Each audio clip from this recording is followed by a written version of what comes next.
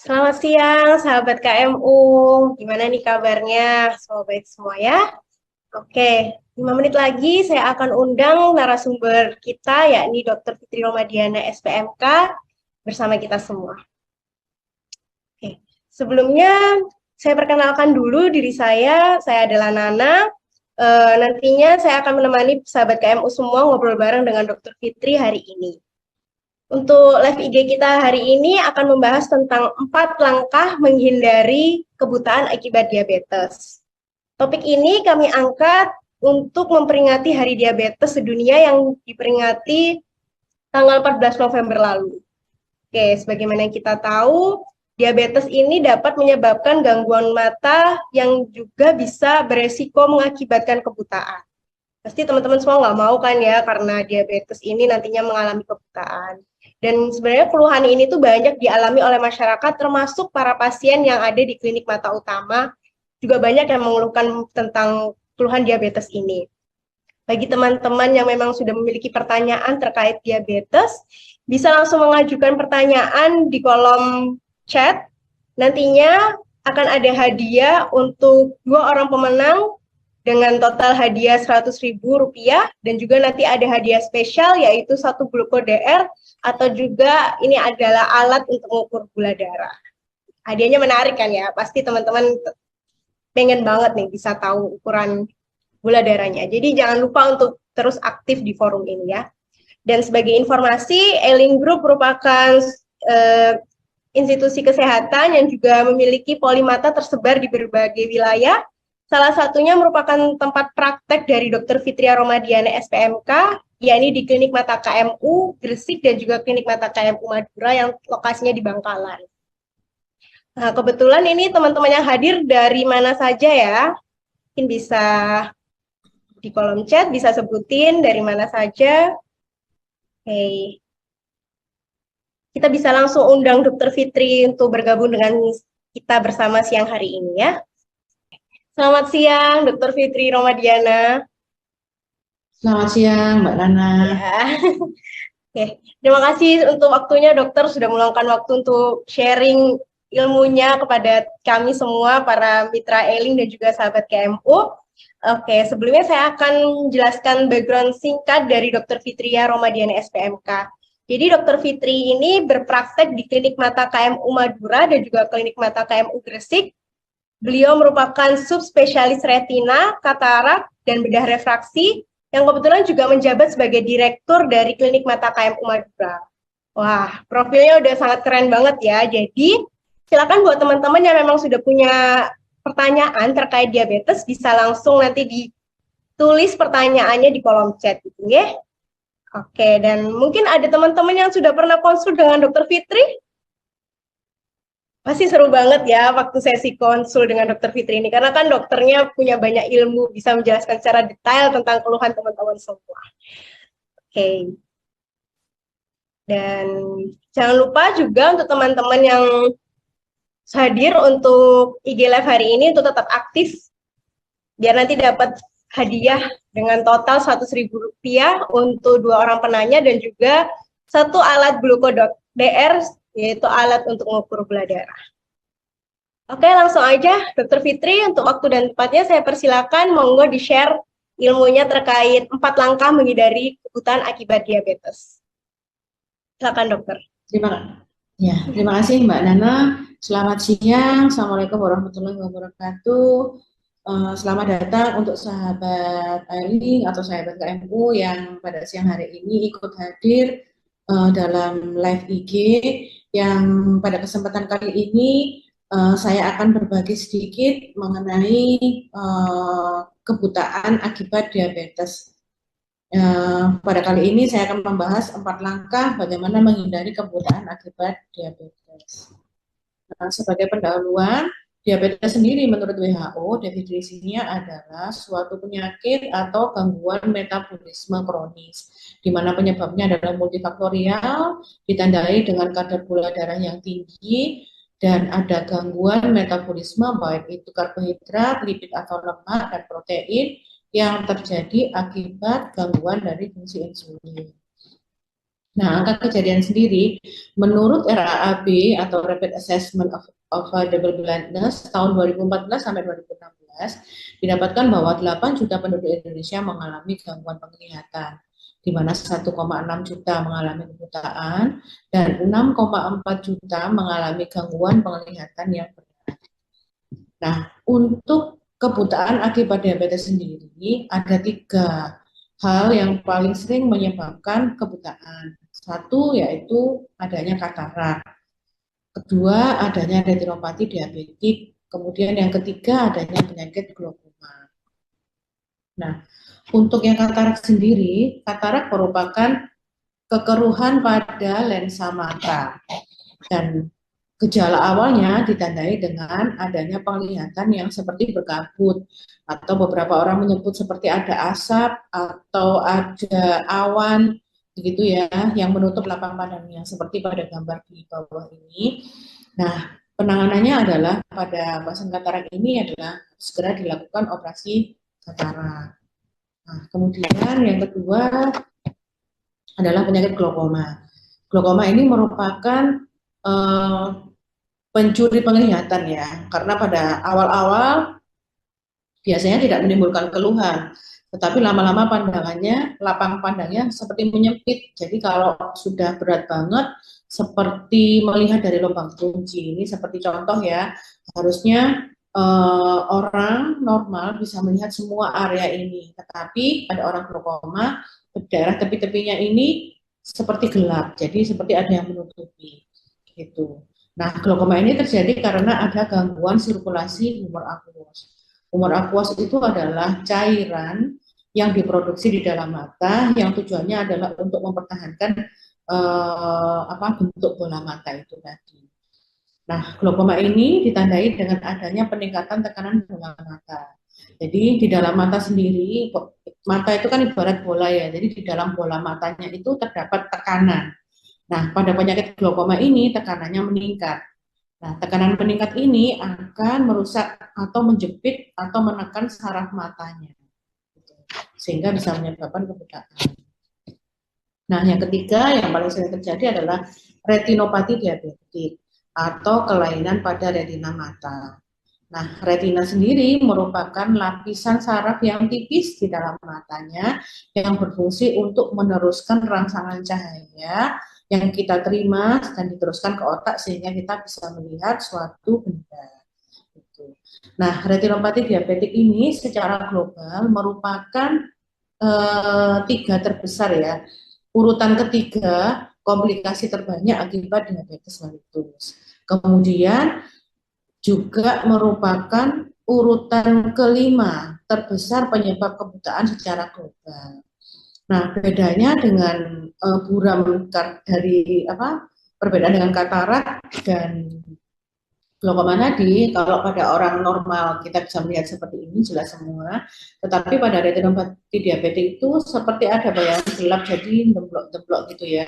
Jadi gambaran bendanya itu tidak lengkap, ada kayak flek-flek gitu ya. Nah, itu salah satu tanda dari retinopati diabetik. Nah, kemudian pada saat awal itu sebenarnya pada retinopati diabetik ini tidak menimbulkan keluhan. Nah, biasanya sudah muncul keluhan jika sudah berat banget, sudah berat sekali. Nah, kalau sudah berat sekali ini penanganannya juga akan lebih sulit dan resiko untuk menjadi kebutaan total akan lebih besar.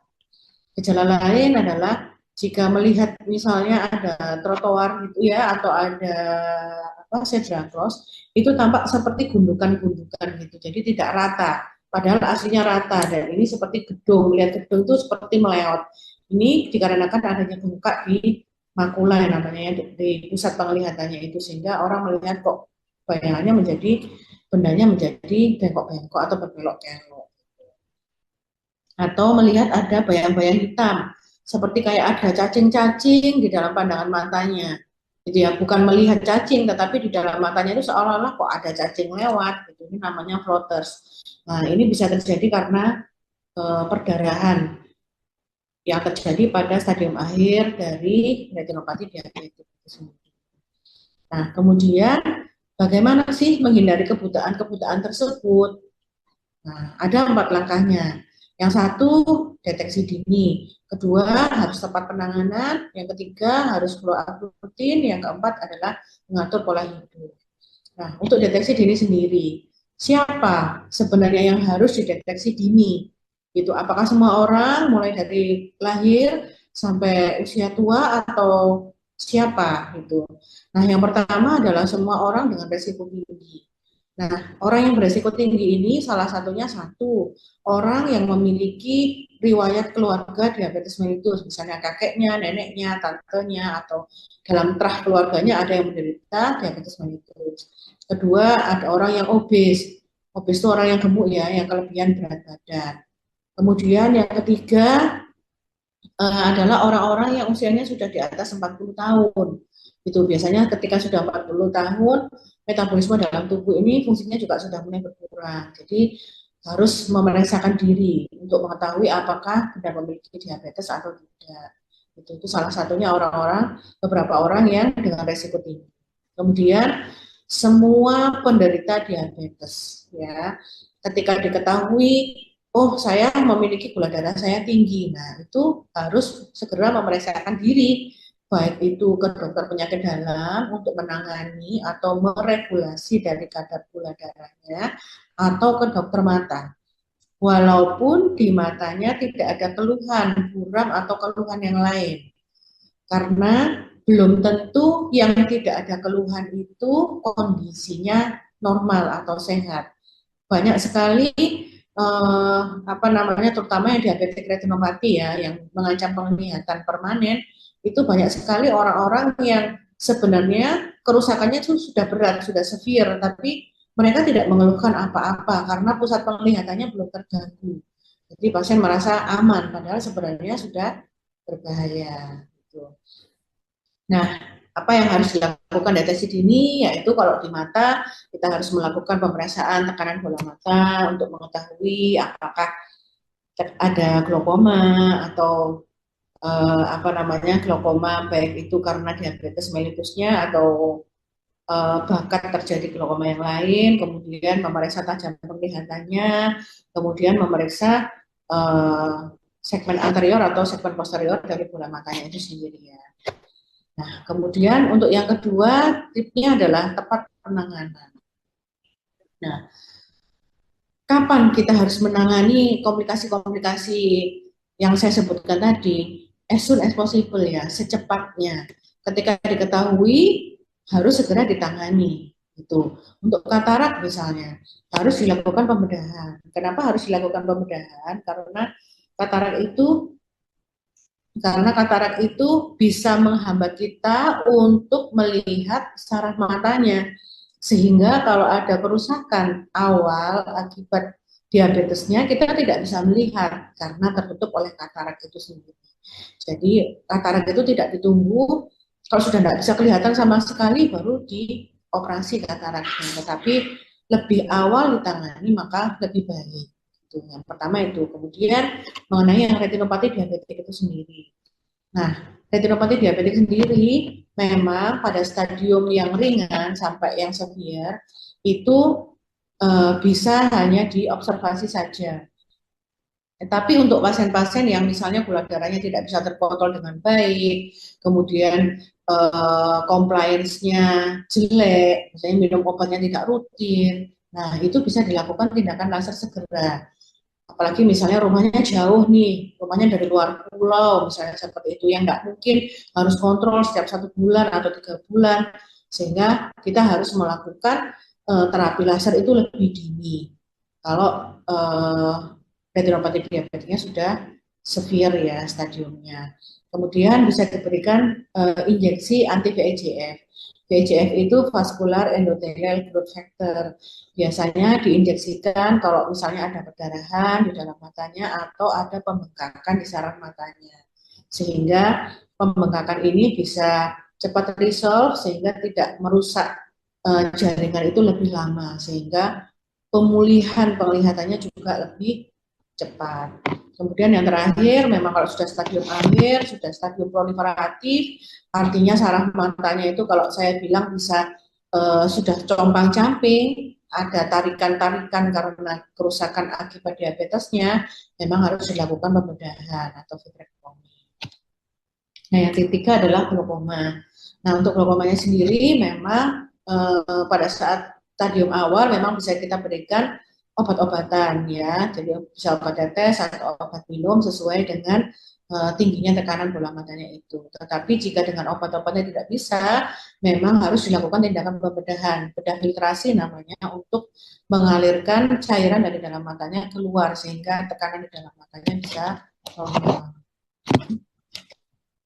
Nah, untuk yang ketiga, tips yang ketiga adalah harus follow up rutin. Nah, yang harus di follow up apa?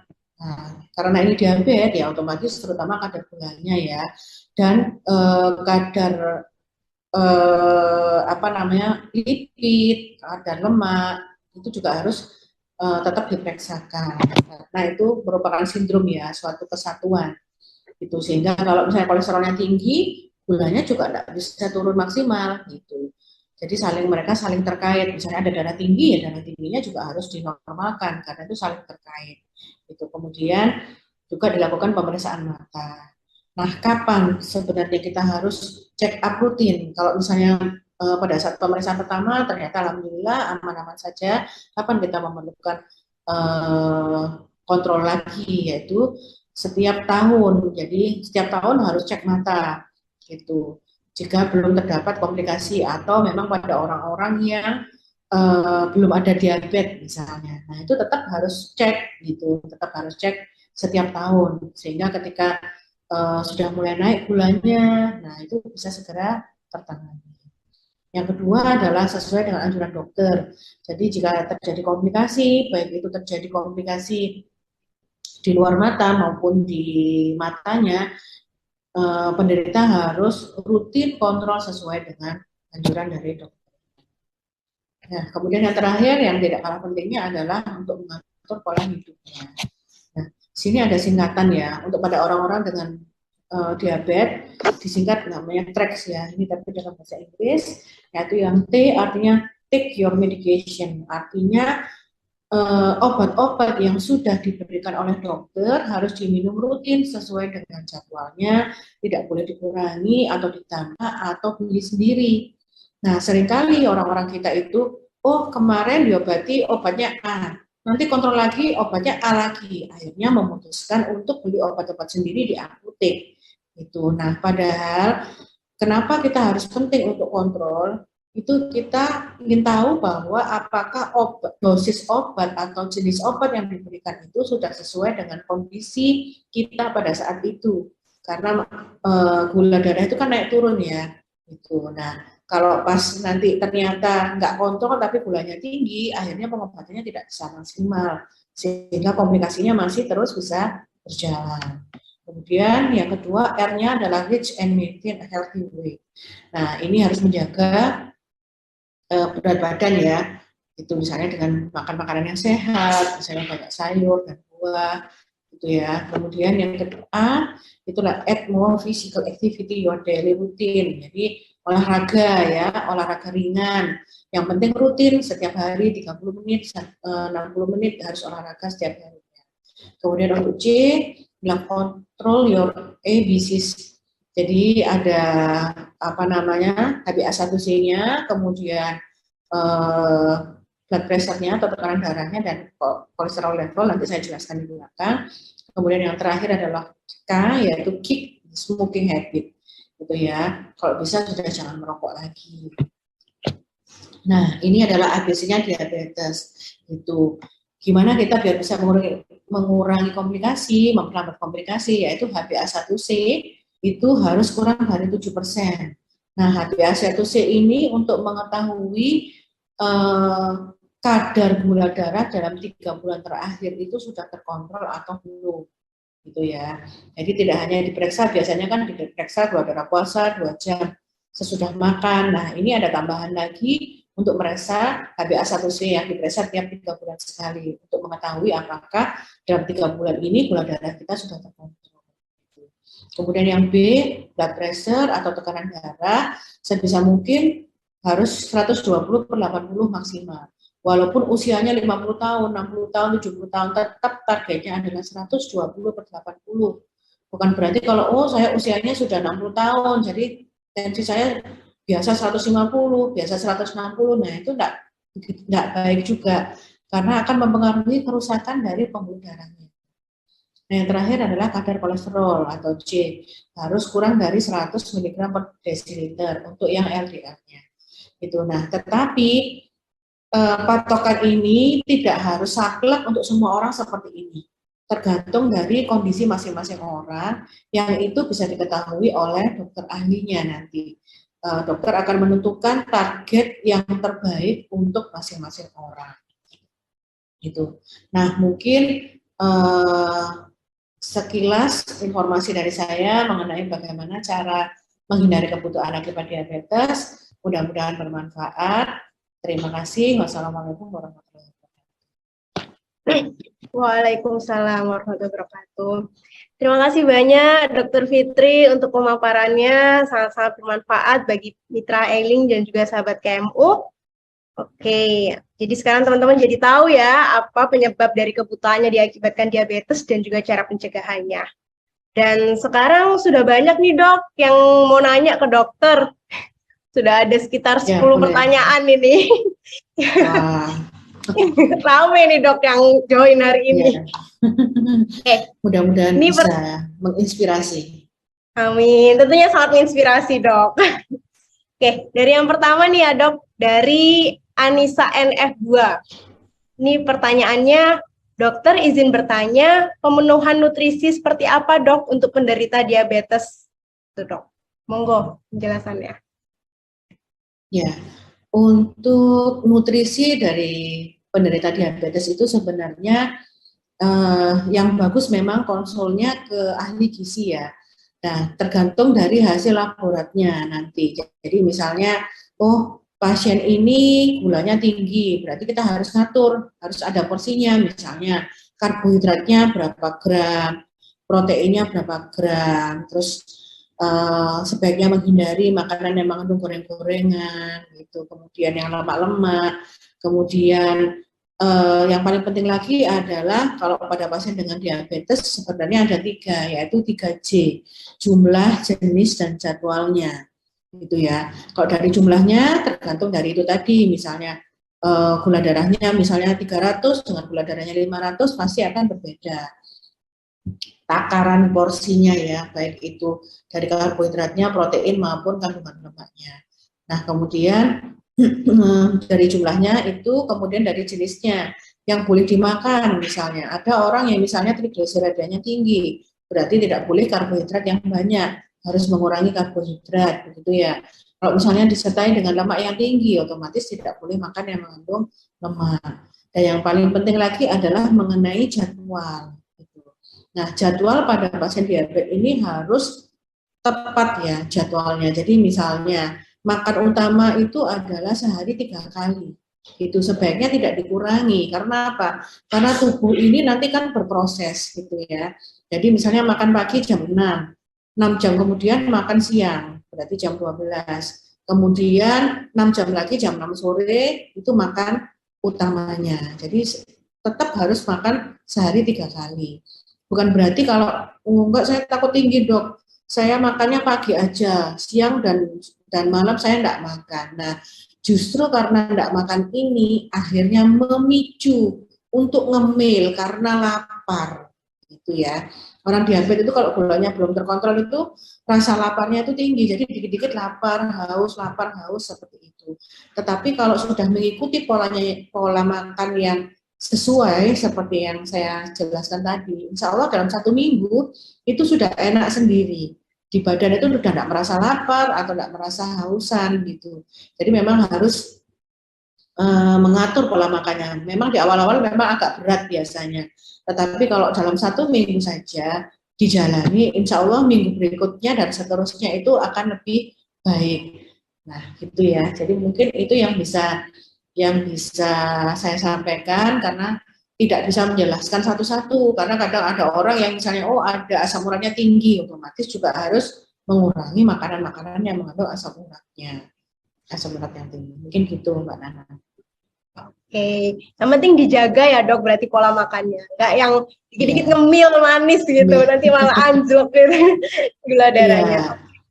Nah, Ini kadang-kadang seringkali, maaf mau nambahkan ya, kadang-kadang iya, merasa monggo dok. bahwa buah itu adalah sesuatu yang bagus. Memang bagus, tapi kalau berlebihan tetap tidak baik.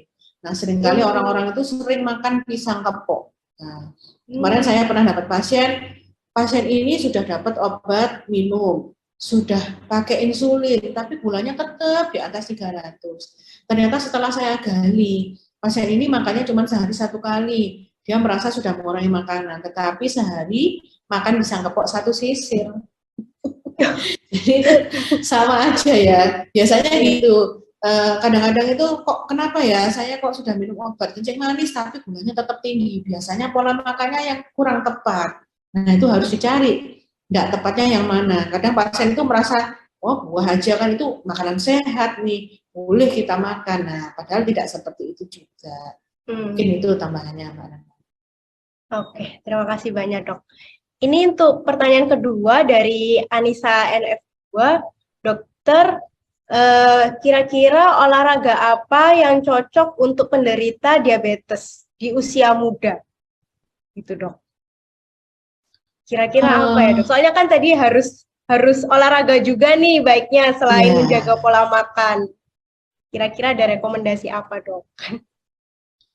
olahraga sebenarnya sih tergantung dari minat ya, dari minat dari Oh, pasiennya itu sendiri sebenarnya. Tetapi yang paling ringan ya mungkin jalan kaki atau treadmill di rumah, tapi treadmill yang pelan atau jalan apa ya lari kecil itu untuk usia-usia sampai usia lanjut itu masih bisa dikerjakan. Atau senam, kan sekarang banyak tuh di RT RW atau di posyandu dan lain-lain itu ada senam lansia, itu senam diabetes, itu ada sebenarnya. Intinya itu harus bergerak gitu ya. Tidak harus yang heboh, oh harus sepedaan, harus lari kenceng, enggak harus begitu. Tapi paling tidak kita harus berkeringat, harus membuang kalori itu dengan cara berolahraga. Itu intinya itu Mbak Nana.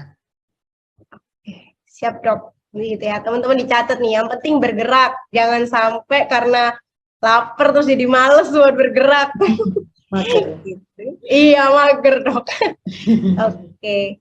Ini pertanyaan kedua dok dari Rasya Diana AP. Dokter, umur saya 27 tahun dan kemarin saya habis laser karena ada pendarahan. Apa di laser bisa 100% sembuh karena masih yang sebelah kanan masih burem dan gula saya masih suka naik turun. Mohon untuk dijawab, dok. Itu, dok. Ya, jadi gini, kalau laser yang dimaksud adalah laser karena diabetik retinopati, itu tujuan lasernya itu berusaha untuk memperlambat progresivitas dari penyakitnya. Untuk darahnya ini bisa terserap atau tidak, itu custom ya, masing-masing orang itu berbeda sendiri-sendiri. Ada orang yang cepat penyerapan darahnya sehingga di area yang perdarahan itu setelah darahnya keserap bisa kita lakukan laser. Tetapi ada beberapa orang yang memang sulit untuk tubuh ini sulit untuk menyerap darahnya. Nah, jika darah itu tidak mengganggu penglihatan, biasanya dibiarkan. Tidak perlu dilakukan tindakan pembedahan. Asal dari evaluasi sementara, nanti kan 1 bulan, 2 bulan pasca laser biasanya dievaluasi lagi untuk melihat efektivitas dari jumlah laser yang sudah diberikan. Jika memang retinanya sudah kering, artinya sudah tidak ada perdarahan baru, biasanya tidak perlu ditambah laser. Tetapi kalau hari hasil evaluasi itu ternyata masih banyak daerah yang belum terlaser, maka akan dilakukan laser ulang. Nah, untuk penglihatan memang tidak bisa menjanjikan penglihatannya bisa lebih baik. Kenapa? Karena kerusakan pada saraf mata itu sifatnya irreversible. Jadi tidak bisa diperbaiki. Itu. Nah, terapi misalnya regulasi dari kencing manisnya, dilakukan laser dan terapi lain itu hanya berusaha mudah-mudahan komplikasinya tidak memberat sehingga tidak jatuh ke kondisi kebutaan yang permanen, yang retinopati diabetes itu atau yang glaukoma. Nah, untuk pasien-pasien yang diabetes usia muda, biasanya pasien ini adalah tipe 1 ya, DM tipe 1, artinya dia memang sudah bakat sejak kecil. Resiko untuk terjadinya kerusakan pada saraf mata itu lebih tinggi dibandingkan dengan orang-orang yang tipe 2, yang artinya ketika sudah dewasa, misalnya usia 40 atau 50 tahun baru menderita diabetes. Itu. Nah, kedua, biasanya memang untuk meregulasi gula darah atau menurunkan gula darahnya pada penderita diabetes yang usia muda ini lebih sulit dibandingkan dengan orang yang menderita diabetesnya ketika sudah usia lanjut. Maka biasanya pada pasien-pasien usia muda itu sejak awal memang biasanya diberikan insulin itu karena biasanya dengan obat-obat anti diabetes secara oral itu kurang bisa menurunkan gitu. Nah, untuk yang Mas Rasya tadi ya, Rasya tadi itu mungkin bisa dikonsultasikan juga ke dokter penyakit dalamnya apakah dosis dari pengobatan diabetesnya juga sudah cukup. Karena jika sudah terdapat komplikasi di saraf matanya, otomatis biasanya kondisi dari kadar gula darahnya ini dalam sebelum-sebelumnya ini pastinya tidak terkontrol baik, gitu. Karena diabetes itu muncul komplikasi ke mata, terutama yang diabetes retinopati ini muncul setelah biasanya 5 tahun, gitu ya, 5 tahun setelah menderita diabetes. Itu komplikasinya itu. Jadi kalau sudah muncul usia 27 tahun, berarti kira-kira bisa jadi diabetesnya ini sudah mulai sebelum usia 22 tahun. Dan waktu itu gulanya sering tidak terkontrol dengan baik. Gitu. Jadi memang harus ada diterapi bersamaan antara dokter mata dan dokter penyakit dalam. Dan yang penting lagi biasanya kalau sudah didapatkan kerusakan pada saraf matanya akibat diabetes, biasanya ginjalnya juga sudah mulai ada kebocoran gitu. Jadi juga harus cek ginjalnya, terutama mikroalbumin urin ya. Kalau untuk kadar bun atau serum kreatinin biasanya untuk yang masih kebocoran halus tidak terdeteksi dengan bun dan serum kreatinin. Tetapi kalau yang mikroalbumin urin, kalau ada kebocoran dari pembuluh darah sedikit itu sudah kelihatan. Jadi terapinya bisa holistik gitu, nggak cuma hanya nurunkan kadar gula darahnya aja. Gitu. Mungkin itu Mbak Nana. Oke. Berarti itu ya dok pentingnya untuk kita selalu rutin kontrol mata biar bisa selalu ngecek kondisi mata dan juga gulanya tadi itu gitu dok. Ya, tuh buat teman-teman yang misalnya mau kontrol rutin mata bisa banget ke KMU ataupun juga Ailing Hospital Partner lainnya dan juga bisa pilih layanan VIP. Dan pastinya dengan layanan VIP, teman-teman akan lebih merasa nyaman saat menjalani proses pemeriksaan dan juga bisa memilih dokter siapa yang akan menangani Anda. Siapa tahu Anda pengen periksa sama dokter Fitri, bisa langsung booking layanan VIP. Gitu ya dok ya? Ya, dengan senang hati Mbak Nana. Ini kita lanjut jawab pertanyaan lagi ya dok? Iya, silakan. Ya. Ini pertanyaan selanjutnya dari Halida Nur Ahmad. Kira-kira untuk kadar gula darah normal pada tubuh agar tidak terkena penyakit diabetes itu berapa ya dok? Ya, untuk kadar gula darah yang bagus adalah darah yang diambil dari vena ya. Jadi yang pakai ditusuk kayak infus itu loh. Nah, itu lebih baik, itu lebih menggambarkan kadar gula yang tepat gitu. Itu kan kalau gula darah puasa sama 2 jam PP atau 2 jam sudah makan. Untuk masing-masing alat periksa, jadi masing-masing laborat itu punya patokan sendiri-sendiri. Tetapi rata-rata kalau gula darah puasa itu maksimal 110 Tapi kalau gula darah 2 jam setelah makan atau gula darah 2 jam BP itu di bawah 150, ada yang di bawah 140, tergantung alat yang dipakai di laboratorium tersebut. Tetapi kalau gula darah acak yang pakai stick yang ditusuk di jari itu, nah itu bisa di bawah 200, itu masih bisa ditolerir. Tapi untuk mengetahui secara pasti, yang bagus adalah periksa gula darah 2 jam, gula darah puasa, 2 jam BP, syukur-syukur kalau mau periksa HbA1c. Karena gula seperti saya bilang tadi bahwa gula itu kan naik turun. Takutnya pada saat mau periksa, biasanya orang mau periksa itu puasa dulu. Makan dikurangi, ini dikurangi, semua nggak makan lemak-lemak, biar hasil labnya normal. Gitu. Tapi kalau pas nggak mau periksa lab, makanya biasa atau makanya banyak yang mengandung lemak-lemak atau fast food dan lain-lain. Nah, untuk mengetahui biar nggak keliru, nah bisa diperiksa HbA1c-nya itu, sehingga HbA1c ini bisa melihat kira-kira kadar gula darahnya dalam 3 bulan terakhir ini normal atau tidak orang ini, gitu. Mungkin itu, Mbak Nana. Oke, siap dok. Ini pertanyaan lanjutannya masih terkait dengan gula darah. Lalu gimana cara untuk mengkontrol diabetes supaya gula darahnya tetap stabil, dok? Nah, tadi yang sudah saya jelaskan tadi bahwa itu terkait dengan pola hidup ya. Kita harus merubah pola hidup kita yang dari sekarang kan banyak makanan cepat saji ya, banyak kafe-kafe ya. Nah, itu sebaiknya sudah mulai dikurangi gitu. Karena kalorinya terlalu besar untuk kita konsumsi. Jadi lebih baik makan yang banyak mengandung sayur, mengandung buah, kemudian juga jangan sering ngemil gitu. Sesekali boleh, tetapi tidak menjadi keharusan setiap hari harus ngemil. Kemudian kurangi minum-minuman yang manis. Nah, air putih lebih sehat, lebih menyehatkan. Daripada sekarang kan banyak minuman tuh, ada mixu, ada apa ya, macam-macam lah, ada apa namanya jus atau apa, yang lain yang manis itu sebaiknya dihindari. Jadi lebih baik minum minuman yang air putih, dan kalau bisa air putih hangat lebih bagus dibandingkan dengan yang es gitu ya, atau yang dingin.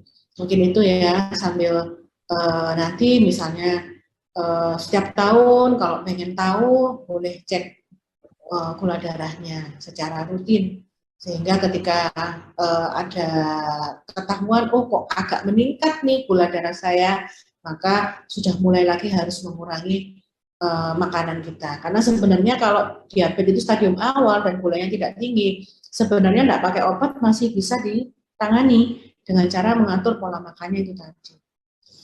Mungkin itu Mbak. Ya, terima kasih banyak dok. Oke, ini makin banyak ini dok yang nanya. Ini ramai banget kayaknya pada pengen tahu terkait penanganan kebutaan terhadap karena diabetes ini. Oke, ini kayaknya pasien KMU nih dok. Namanya Auzora Vicky. Pertanyaannya, kalau di klinik KMU metode apa dok yang biasa digunakan untuk pengobatan kebutaan karena diabetes? Silakan dok. Ini yang dimaksud metode apa ya maksudnya? Kalau metode itu di mana-mana semua sama ya. Untuk penanganannya itu seragam di seluruh Indonesia. Di seluruh dunia pun penanganannya sama gitu. Jadi misalnya kalau ada kataraknya ya dilakukan operasi katarak. Nah, operasi kataraknya ini baru yang metodenya bisa macam-macam. Bisa yang operasi manual, bisa yang operasi pakai mesin Beko, atau bisa operasi pakai mesin laser. Itu yang membedakan. Kalau operasi katarak, kalau glaukoma sama terapinya. Metodenya diberi obat-obatan dulu. Kalau dengan obat-obatan maksimal tidak bisa menurunkan tekanan bola matanya, kemudian dilakukan pembedahan. Pembedahan ada yang dipasang jika memberat atau tidak bisa terkontrol dengan baik, bisa dipasang GDD atau glaukoma drainase device. Itu bisa dilakukan itu. Kemudian kalau retinopati diabetik, nah itu tergantung juga stadiumnya, apakah masih butuh observasi saja, ataukah sudah harus di laser, apakah harus dilakukan injeksi anti VEGF, atau yang berat harus dilakukan vitrektomi. Nah, itu tergantung dari kondisi masing-masing orang gitu. Tapi pada prinsipnya semuanya standar terapi penanganan kebutaan dari diabetes ini seluruh dunia semuanya standar. Mungkin itu Mbak Nana. Oke, berarti tergantung penyebabnya itu tadi ya, Dok? Ya, tergantung Dan stadiumnya, dampaknya. kebutaannya yang mana yang terjadi pada pasien tersebut. Mungkin bisa lebih jelasnya lagi, mungkin bisa menemui dokter mata setempat untuk menanyakan apakah jika memang sudah ada komplikasi ke saraf matanya, pilihan terapi mana yang terbaik untuk pasien tersebut bisa ditanyakan ke dokter mata setempat. Oke. Bisa banget langsung datang ke KMU Gresik atau KMU Madura buat ketemu Dokter Fitri langsung nih nanti. Iya, dengan santai. Iya. Oke, Dok. Selanjutnya ini tadi kan sedikit membahas tentang retinopati diabetik. Ini ada pertanyaan dari Khairul Anam. Jika gula darah sudah terkontrol, apa mungkin masih bisa menderita katarak atau retinopati diabetik? Jika pasien sudah terkena retinopati diabetik, apakah bisa kembali ke penglihatan semula, Dok? Gitu. Ya, terima kasih Tuan Hairul Anam. Untuk penglihatan ya, untuk pada pasien-pasien dengan diabetes yang gulanya sudah terkontrol, apakah masih mungkin terjadi katarak? Jawabannya adalah mungkin. Kenapa? Satu, katarak itu merupakan penyakit degeneratif. Artinya semakin tua, maka kemungkinan akan terjadi katarak juga akan besar. Jadi prinsipnya katarak ini sama dengan uban. Jadi semakin tua, uban itu kan akan semakin bertambah ya. Dan kita akan menjadi berubah sama dengan itu. Jadi lensa kita menjadi lebih keruh sehingga dinamakan katarak. Nah, katarak sendiri normalnya kan di atas usia 50 tahun untuk yang katarak degeneratif ya. Tetapi pada orang dengan diabetes mellitus biasanya katarak ini muncul lebih awal gitu dibandingkan dengan orang normal. Jika dibandingkan ya, misalnya sama-sama usia 40 tahun, maka orang yang sudah menderita diabetes itu lebih cepat dia muncul kataraknya dibandingkan dengan orang-orang yang tidak menderita diabetes mellitus. Jadi jawabannya masih tetap mungkin ya, Dok. Nah, untuk pertanyaan yang kedua, apakah penglihatannya bisa kembali normal? Nah, ini. Jadi, untuk katarak, kalau murni pasien itu hanya menderita katarak, katarak itu merupakan satu-satunya kebutaan yang bisa disembuhkan. Gitu ya. Artinya, setelah operasi katarak, selama tidak ada penyakit lain, insya Allah habis operasi katarak, pasien ini penglihatannya bisa kembali lagi seperti semula. Gitu. Tetapi pada pasien yang sudah mengalami misalnya diabetik retinopati, nah tergantung diabetik retinopatinya ini stadiumnya apa gitu.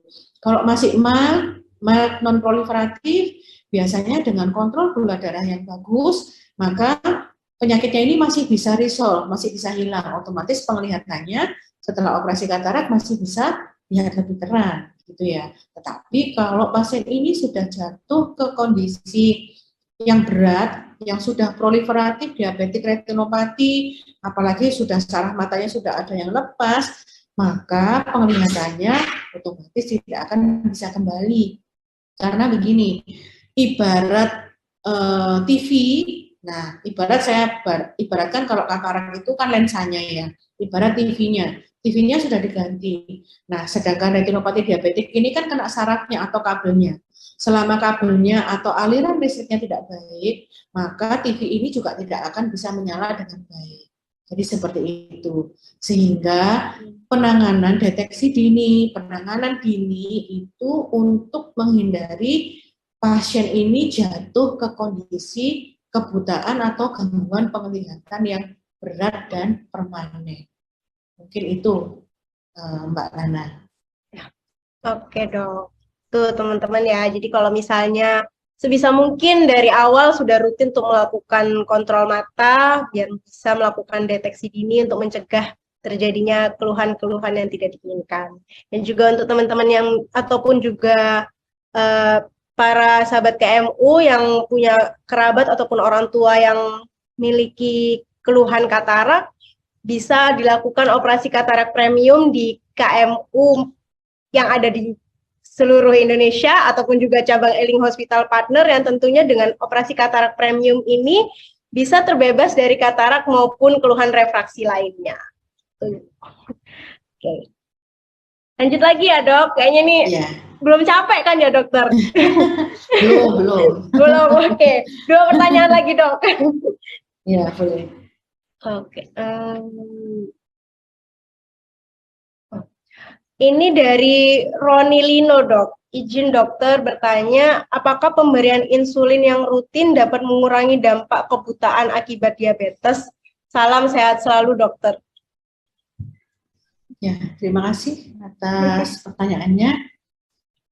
Jadi sebenarnya targetnya itu adalah membuat kadar gula darahnya stabil. Salah satunya dengan penggunaan insulin, gitu ya. Nah, penggunaan insulin ini harapannya gula darahnya bisa terregulasi dengan baik, sehingga perjalanan dari komplikasi penyakitnya ini bisa diperlambat. Tetapi tergantung pada saat ketahuan bahwa menderita diabetes ini, kondisi, saya membahas matanya ya, kondisi matanya ini apakah sudah ada komplikasi atau belum, gitu. Kalau sudah ada komplikasi, maka tidak bisa kembali ke normal. Artinya seperti itu, terutama kalau ada diabetes retinopati ya, walaupun sudah pakai insulin, tetapi bukan berarti, wah berarti insulin ini nggak penting dong. Saya sudah ada komplikasi, ya sudahlah, saya nggak perlu pakai insulin, saya pakai obat minum aja. Nah, tidak bisa seperti itu juga. Jadi tergantung dari yaitu tadi, tipe dari diabetesnya seperti apa, tipe 1 atau tipe 2. Kemudian diabetesnya ini kondisi apa namanya, tubuh seseorang ini apakah dengan obat-obatan aja gulanya sudah terkontrol baik. Kalau dengan obat-obatan sudah terkontrol baik, maka tidak perlu pakai insulin, gitu.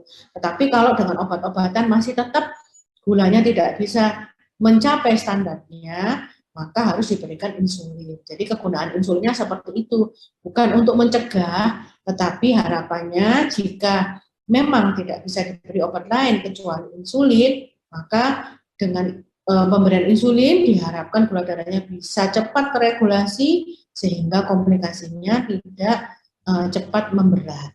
Mungkin itu, Mbak Lana. Oke dok, terima kasih. Ini pertanyaan terakhir dok dari Syaiful Bahri 974. Jadi kan dokter Fitri membahas sedikit tentang glaukoma ya, yang menjadi salah satu ancaman dari diabetes. Ini menurut dokter Fitri lebih berbahaya mana dok, tekanan darah tinggi sama diabetes yang lebih cepat mempengaruhi penyakit glaukoma? Itu dok. Ya, jadi kalau lebih cepat mana itu, jadi gini, kalau prinsipnya sebenarnya sama-sama berbahaya ya. Kalau darah tinggi lebih ngefek ke tubuh, ke sistemik ya, artinya komplikasi dari darah tinggi misalnya bisa gagal ginjal, bisa serangan jantung, bisa stroke. Di mata juga bisa terjadi stroke di matanya. Gitu. Nah, stroke di mata ini juga bisa menyebabkan kebutaan. Itu juga kebutaan karena stroke-nya itu sendiri, karena perdarahan itu sendiri, atau karena ada pembuntuan, atau bisa terjadi karena glaukoma. Karena stroke di mata ini juga bisa menyebabkan glaukoma. Jadi semuanya saling terkait. Kalau untuk bahaya yang mana sama-sama berbahaya. Jadi kalau ada seseorang yang menderita hipertensi atau menderita diabetes juga sama-sama harus ditangani. Bukan berarti saya diabetes ya udah diabetesnya saja yang diobati, hipertensinya udah nanti aja, enggak seperti itu juga. Jadi tetap harus sama-sama ditangani karena semuanya saling terkait. Seperti yang saya bilang tadi bahwa diabetes mellitus ini sebenarnya kumpulan dari gejala ya. Namanya metabolic syndrome namanya. Ada diabetes, ada hipertensi, hiperkolesterol, hipertrigliseridemia, kemudian apa namanya? Tekanan darah yang tinggi dan lain-lain. Nah, itu saling terkait. Karena salah satu tidak bagus, maka tetap kondisi pembuluh darahnya jadi tidak bagus juga, sehingga sama-sama berbahaya. Mungkin itu, Mbak. Oke, sama-sama berbahaya. Itu ya, Iya, catat sangat teman-teman. membutuhkan. Jadi semuanya itu perlu diperhatikan. Nggak ada yang lebih baik kalau memang itu keluhan untuk mata ya dok. Iya. Oke. Ini kita sudah di penghujung acara. Mungkin Dokter Fitri ada pesan sedikit untuk para mitra Ailing dan juga sahabat KMU. Monggo dokter.